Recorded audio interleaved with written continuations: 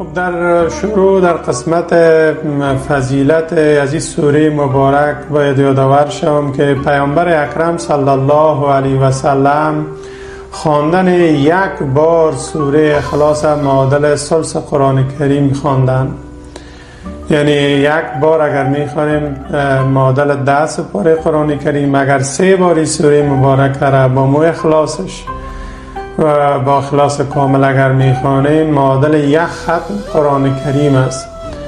خداوند جل جلاله میبینیم که با گل و روی حبیبش پیامبر اکرم صلی الله علیه و سلم چی فضائل را در دین گذاشته که ما با اندکترین عمل با چی اندازه اجر و پاداش میگیریم. کافی است که ما با مو اخلاص کامل و مو شرایطش ما انجام بدیم.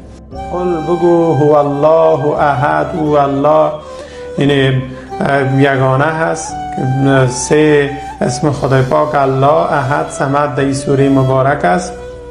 دیگه رد میکنه عقیده مجوسی ها را که اونا خدای خیر و خدای شر داشتن، معبود خیر و شر که یزدان و اهریمن نام گذاشته بودن، یا اون دوها اگر مثلا بتا را پرستش میکنن و میگن ما اینا را به خاطر ازی که با خدای ما خدای آسمان نزدیک بکنه میپرست، کل از او را رد میکنه. خلاصه که آفریدگار فقط یکتا و یگانه هست. الله الصمد، الله بی نیاز است. صمد معنی زیاد داره، یعنی خداوند ذات است که همه به او نیازمند است و او به هیچ کس نیاز نداره، به هیچ چیز نیاز نداره. ما را امر کرده که عبادت ذات مبارک بکنیم، پرستش بکنیم، به پرستش ما هم نیاز نداره. یعنی ما هیچ وقت به این مفهوم چی نکنیم که نماز، روزه، اگر صدقات، زکات یا حج اگر میریم منت به خدا و رسول، بالای خدا و رسول بانیم. نه، اگر هر آن چیزی که میکنیم او به خاطر فایده خود ماست. او ذات است که مخلوقات داره، که ملائکه داره که از روز که آفریده شدن پیش از انسان ها همیش به قیام هستن، همیش به رکوع هستن. همون یک گروش همیش به سجده هستن. نیاز نداره خدای پاک به عبادات بی خشوع و بی خضوع ما.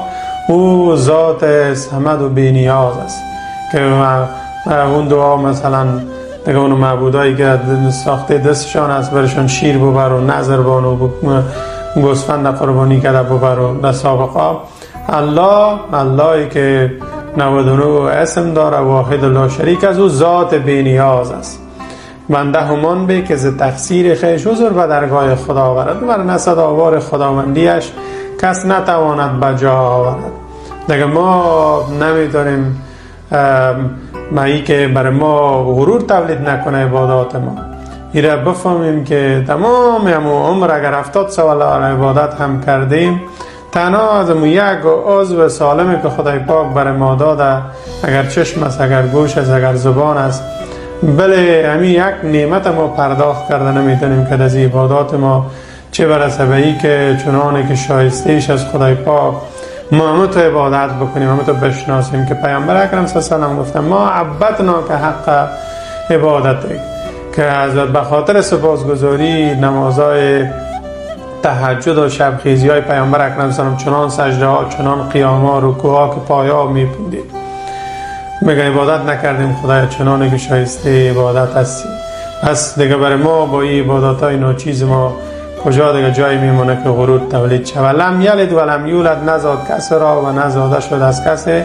رد میکنه دیگه عقیده مشرکینه که فرشتگان علیاذ بالله دختران خدا میگن، یا یهودی ها که حضرت عزیر علیه السلام پسر خدا، عیسی یا حضرت عیسی علیه السلام پسر خدا. خداوند دیگه نه کس را زاده و نه از کس زاده شده. ولم یکن له کفوا احد، و نی سورا همتا هیچ کس مثل مانند خدای پاک نیست. لیس کمثله شیء.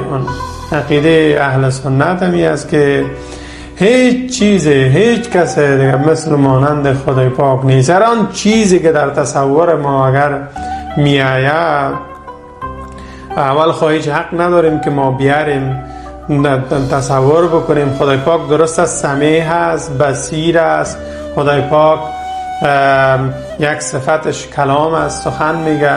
اما به مثل ما و شما به این زبان و به این لب و دندان و به این گوش و به این چشم اینا این تو چیز قائل شده نمیتونیم. این انسان است که عاجز است، خدای پاک این وسایل داده و یه اعضا و اندامه که به خاطر کار کرده از این حواس ما نیاز داریم، اما خدای پاک به مثل و به مانند است و ما به هیچ شکل قائل شده نمیتونیم. هر اون چیزی که در تصور ما در مخیله ما از او خدای پاک و مبرا هست. خلاصه و کوتاهش همی هست، اگر ناخودآگاه ولو هم اگر میآید ما از او فرار بکنیم از او حالت و دیگه اوش که میآید به او یعنی مأخوذ نمیشیم، اما از او خدای پاک و مبرا بدانیم.